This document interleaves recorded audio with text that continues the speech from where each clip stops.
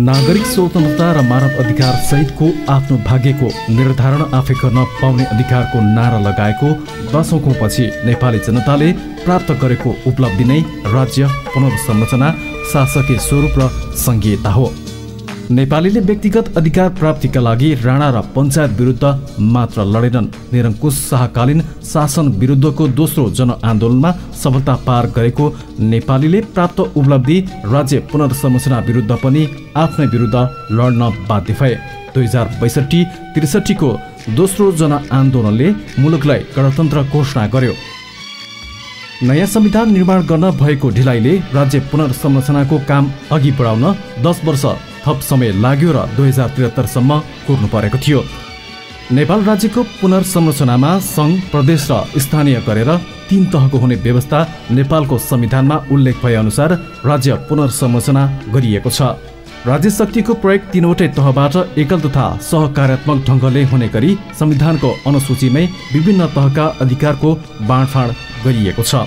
संविधान प्रदत्त अधिकारको अभ्यासका लागि सक्षम तथा सुदृढ स्थानीय तहको संरचना तयार पार्ने उद्देश्यले संविधानको धारा 295 को दफा 3 अनुसार पूर्व सचिव बालानन्द पौडेल संयोजक रहेको गाउँपालिका, नगरपालिका तथा विशेष संरक्षित वा स्वायत्त क्षेत्रको संख्या तथा सिमाना निर्धारण आयोग गठन गर्यो। उक्त आयोगको काममा सहयोग गर्न प्रत्येक जिल्लामा स्थानीय तह पुनर्संरचना प्राविधिक सहयोग समितिलाई तोकिएको कार्यशर्त तथा कार्यविधि सहितको जिम्मेवारी दिएको थियो। यही समितिले बनाएको मापदण्डको आधारमा नुवाकोटमा पनि राज्य पुनर्संरचनाको काम स्थानीय विकास अधिकारी केशर बहादुर पण्डित संयोजक रहेको टोलीले अगाडि बढायो। नुवाकोटमा राज्य पुनर्संरचनाको काम जनताको अपेक्षा, चाहना र माग अनुसार अगाडि बढ्न सकेन। मापदण्डले नुवाकोटलाई 9वटै स्थानीय तह सहितको भने पनि जिल्लाबाट 12वटा स्थानीय तहको नाम सिफारिस गरियो। नुवाकोटबाट 2073 कार्तिक 23 गते 2 नगरपालिका र 10 गाउँपालिका सहित 12वटा स्थानीय तहमा गरिएको विभाजन सिफारिस भएका 12वटा स्थानीय तह अन्तर्गत सम्भावनाले परिपूर्ण जनताको माग र चाहनाको नाम समेत समावेश थियो। त्यो हो लिखु गाउँपालिका। स्थानीय निकायबाट स्थानीय तहको रूपमा राज्य पुनर्संरचना अन्तर्गत जिल्लाबाट सिफारिस गरिएको 12 स्थानीय तह मध्ये लिखु गाउँपालिकालाई एकाएक गायब बनाइयो। गाउँपालिका, नगरपालिका तथा विशेष संरक्षित वा स्वायत्त क्षेत्रको संख्या तथा सिमाना निर्धारण आयोगले प्रधानमन्त्रीलाई बुझाएको प्रतिवेदनमा लिखु गाउँपालिकालाई चारचिरा बनाइयो। 73 साल पुसको 24 गते जिल्ला विकास समितिमा ज्ञापन पत्र बुझाउन गयौँ। सोही ज्ञापन पत्र बुझाउन जाने क्रममा तत्कालीन सूर्यमती गाविसका र खानीगाउँ गाविसका केही साथीहरू हामीले जिल्ला विकास समितिमा भेट्यौँ र उहाँहरूसँगै ज्ञापन पत्र बुझाउने ठाउँमा उहाँहरू त्यहीँ सहभागी हुनुभयो र उहाँहरूले यो ज्ञापन पत्र सहितको त्यो आन्दोलनमा हाम्रो पनि सहभागिता रहन्छ र हामी पनि यही आन्दोलनमा सहभागी भएर लिखु गाउँपालिका फिर्ता गर्ने महान अभियानमा हामी पनि लाग्छौँ भनेर उहाँहरू लाग्नुभयो। त्यसपछि पुस 26 गते हाम्रो 4 गाविस बनेर चाहिँ लिखु गाउँपालिका बनेको थियो। तत्कालीन थानसिंह, सूर्यमती, खानीगाउँ र चौवडा गाविस बनेर बनेको लिखु गाउँपालिकाका सबै राजनीतिक पार्टीका स्थानीय नेता, कार्यकर्ता, स्थानीय जनताको सर्वदलीय बैठकबाट 2073 पुस 26 गते हाम्रो एउटा आन्दोलन परिचालन कमिटी बन्यो। त्यो बिचमा त्यो 4 दिन मैले नेतृत्व गरेको थिएँ भनेदेखि त्यो 4 दिनपछि 26 गते हामीले एउटा निर्णय गऱ्यौँ। त्यो निर्णय के थियो भन्दा हामीले लिखु गाउँपालिका फर्काउने क्रममा लिखुको आन्दोलन गर्ने, त्यो आन्दोलनको नेतृत्वको जिम्मा हामी 2 जनालाई दिएको थियो, जसलाई हामीलाई तत्कालीन लिखु गाउँपालिकाको चाहिँ आन्दोलन परिचालन कमिटीको संयोजकमा धर्मप्रसाद अधिकारी र सहसंयोजकको जिम्मेवारी म विनोद पाठकलाई दिएको थियो। त्यसपछि हामीले त्यो अल्टिमेटम दिँदैमा हामीले चाहिँ पुसको मसान्तसम्ममा हाम्रा मागहरू पुरा भएन भनेदेखि हामी माघको 2 गतेबाट अनिश्चितकालीन नुवाकोट बन्दको घोषणा गर्छौँ र हामी यहाँका कल कारखाना, उद्योग धन्दा, कल कारखाना, विद्यालय, शैक्षिक संस्थादेखि लिएर गएर सबै यहाँको चाहिँ नुवाकोटका सबै बन्द गर्छौँ भनेर हामीले ज्ञापन पत्र दिएको थियौँ। हाम्रो ज्ञापन पत्र 29 गतेसम्म सुनवाई नभएपछि माघको 2 गतेबाट हाम्रो आम हडताल सुरु भयो। हामीले आन्दोलनको घोषणा गऱ्यौँ। सोही आन्दोलनबाट चाहिँ हामीले चाहिँ लिखु गाउँपालिका प्राप्त गर्ने, लिखुका नागरिकहरूलाई चारतिर खानी गाउँलाई सूर्यगढीतिर, चौघडालाई मोठ भन्ज्याङतिर, सूर्यमतीलाई चाहिँ बागाखोर र थानसिंहलाई टकनी लिएर गएर सिस्टोलसम्म पुर्याउने जुन कार्य थियो त्यो कार्यलाई एकीकृत बनाएर चाहिँ लिखु गाउँपालिकालाई निर्माण गर्ने महान अभियानमा र यहाँका जनताहरूलाई चाहिँ पाउने स्थानीय सरकारबाट हुने कामकाज र स्थानीय सिंहदरबार, गाउँ गाउँमा सिंहदरबार आयो भन्दाखेरि हिजोको भन्दा नि टाढा पुग्नुपर्ने अवस्थालाई चिर्नलाई र सम्बन्धित चाहिँ चारै गाउँको जनतालाई चाहिँ माझ केन्द्र पारेर यो गाउँपालिका घोषणा गर्नलाई यो आन्दोलनको घोषणा हामीले गरेका थियौँ। केही भाग सूर्यगढी, केही भाग बेलकुटगढी, केही ककनी र पञ्चकन्यातिर समावेश गरेपछि राज्य पुनर्संरचनाले दिने उमङ्ग खोसिएसँगै लिखुवासी निराश भए, साथै चरम असन्तुष्ट पनि। गाउँपालिकालाई चाहिँ टुक्रा टुक्रा, छिया छिया लिखु विरोधी, संहिता विरोधीहरूले, संहिता नरुचाउनेहरूले, संहिता विरोधी तत्त्वहरूले चाहिँ जुन चाहिँ लिखुलाई सिद्ध्याइदिए, गरममै तोड्ने काम गर्न खोजे र जुन लिखु गाउँपालिकाको चाहिँ खानी गाउँलाई गएर सूर्यगढीमा गएर मिलाइयो, चौगडालाई गएर पञ्चकन्यामा लगेर मिलाइयो, अनि सूर्यमतीलाई लिएर गएर बेलकुटगढीमा लगेर मिलाइयो, अनि त्यस पछाडि अनि थानसिंहलाई लगेर ककनी लगेर मिलाइयो। र यो टुक्रा टुक्रा साँच्चै वास्तवमा मैले अत्यन्त नमिठो भाषामा भन्नुपर्दा त्यो प्रतिगामीहरूले सुनको थाललाई कोपारासँग बनाउने काम गरे। हामीले सुनको थाल मास्न दिनुहुन्न, सुनको थाल कायम राख्नुपर्छ, यसलाई सुरक्षित गर्नुपर्छ भनेपछि अनि हामीले सल्लाह गऱ्यौँ। अनि हामीले यो आन्दोलनको तयारीका लागि हामीले यो हिजोको चारवटै गाविसका साथीहरू, त्यहाँ नेपाली काङ्ग्रेसका सङ्घीय पक्षधर साथीहरू र नेपाल कम्युनिस्ट पार्टी विगतको अहिलेको नेपाल कम्युनिस्ट पार्टी र विगतमा चाहिँ नेकपा माओवादी थियो, एकीकृत थियो।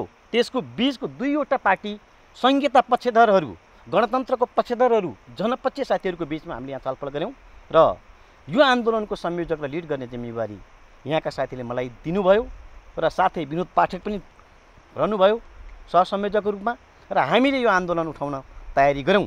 अब यहाँ लिखुको भविष्य प्रतिगामीहरूले जनताका बिचमा रगतको खोलो बगाउन चाहेका हुन्। उनीहरूले आज यो जुन एउटा चाहिँ प्राकृतिक स्रोत साधनमाथिको हस्तक्षेप, यो बेलकुटगढीको बिचको तादीको हस्तक्षेप हुन्थ्यो, सूर्यगढीको बिचको तादीमा हस्तक्षेप हुन्थ्यो, पञ्चकन्याको तादी र लिखुको बिचमा हस्तक्षेप नै हुन्थ्यो। यो जनताको बिचको द्वन्द्वलाई अन्त्य गर्नुपर्छ। हामीले दूरगामी रूपमा सोच्यौँ।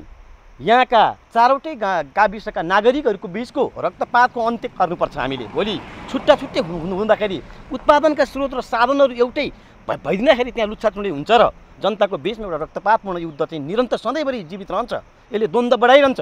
यसलाई हुन्न। अब हामीले लिखु गाउँपालिका फिर्ता नभएसम्म हामी अन्तिम प्रकारको जस्तोसुकै लडाइँको सामना गर्न तयार हुनुपर्छ भन्ने मूल्यका साथ हामी आन्दोलनको घोषणा गऱ्यौँ।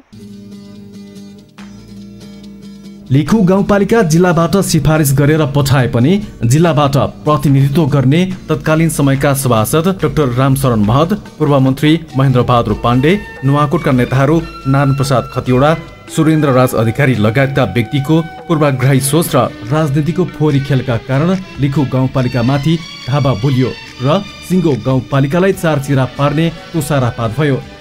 गाविसहरू 1 नम्बरमै अटाउँछन्, 2 नम्बरका गाविसहरू 2 नम्बरभित्रै एडजस्ट गर्ने भन्ने हाम्रो पनि समझदारी भएको।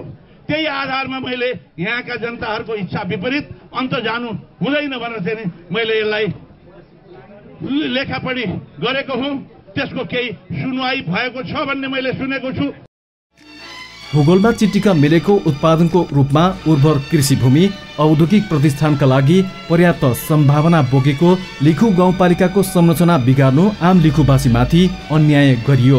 पुर शासन व्यवस्था विरुद्ध समेत ज्यानको आहुति दिएका वीर गोर्खालीको उपनाम पाएका नेपालीको प्रतिनिधित्व गर्ने लिखुबासीले पनि आफूहरूको चाहना विपरीतको नयाँ संरचना स्वीकार कि मार्न सकेन।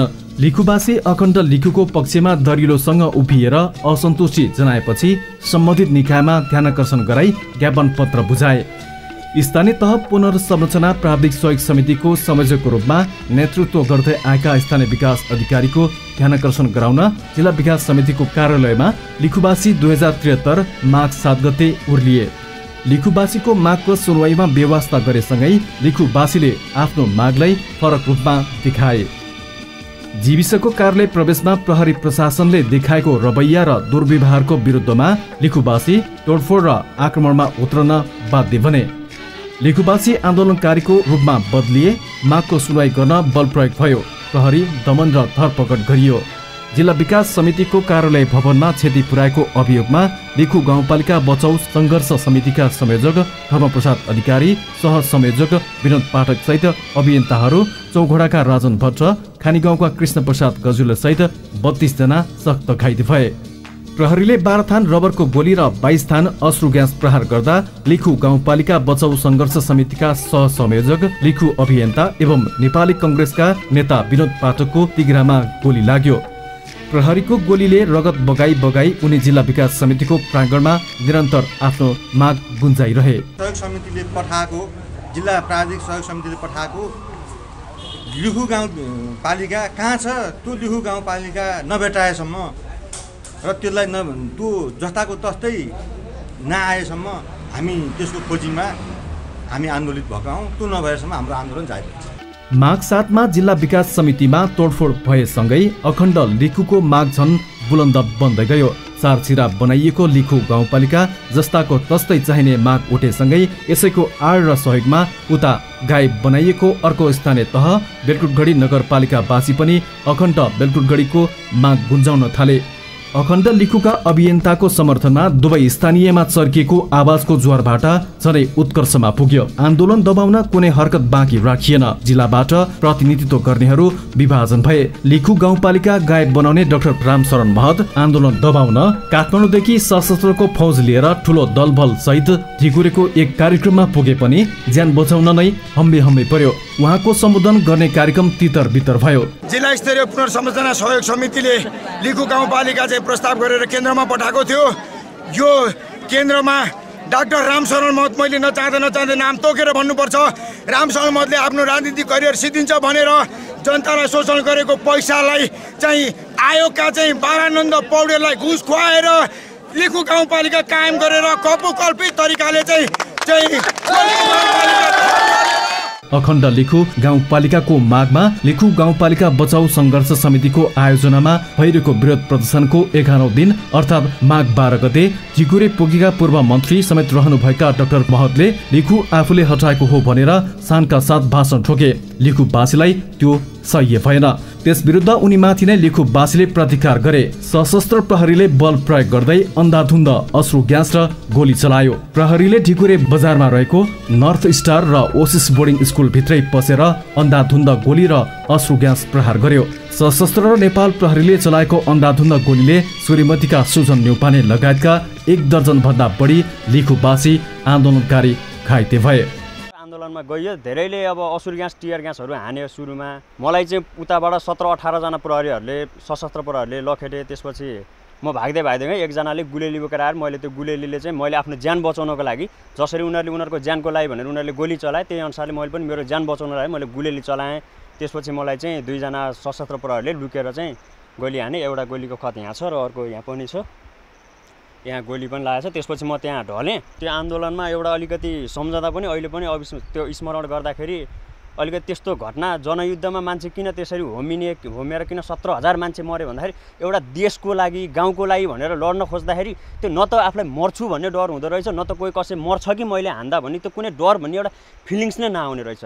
मर्न पऱ्यो पनि म मर्छु मेरो गाउँको लागि भन्ने एउटा त्यो खालको चाहिँ भित्रैदेखि त्यो आभास हुँदो रहेछ मान्छेलाई। त्यही भएर त्यो दिनमा चाहिँ म 17-18 जना प्रहरीसँग कुनै पनि डर भन्ने लागेन। मर्छु भन्ने डर कतैबाट त्यो फिलिङ्स नै आएन।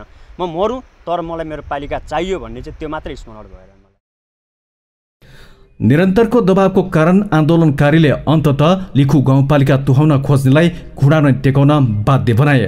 लिखुवासीले गरेको आन्दोलनमा नेपाली कङ्ग्रेसका नेता अर्जुन नरसिंह केसी, कङ्ग्रेस जिल्ला सभापति जगदीश्वर नरसिंह केसी, नेकपा माओवादी केन्द्रका नेताहरू हितबहादुर तामाङ र विमला सुवेदीले दिएको दरिलो साथ र समर्थनले अन्ततः लिखु गाउँपालिकाले पुनर्जीवन पायो। माघ 14 गतेदेखि चौथो नुवाकोट महोत्सव आयोजना गरिएको हुँदा माघ 16 गतेदेखि अखण्ड लिखु र बेलकुटगढीको माघमा जारी रहेको आन्दोलनको स्वरूपमा बदलिँदै सङ्घर्षका कार्यक्रम यथावत नै राखियो।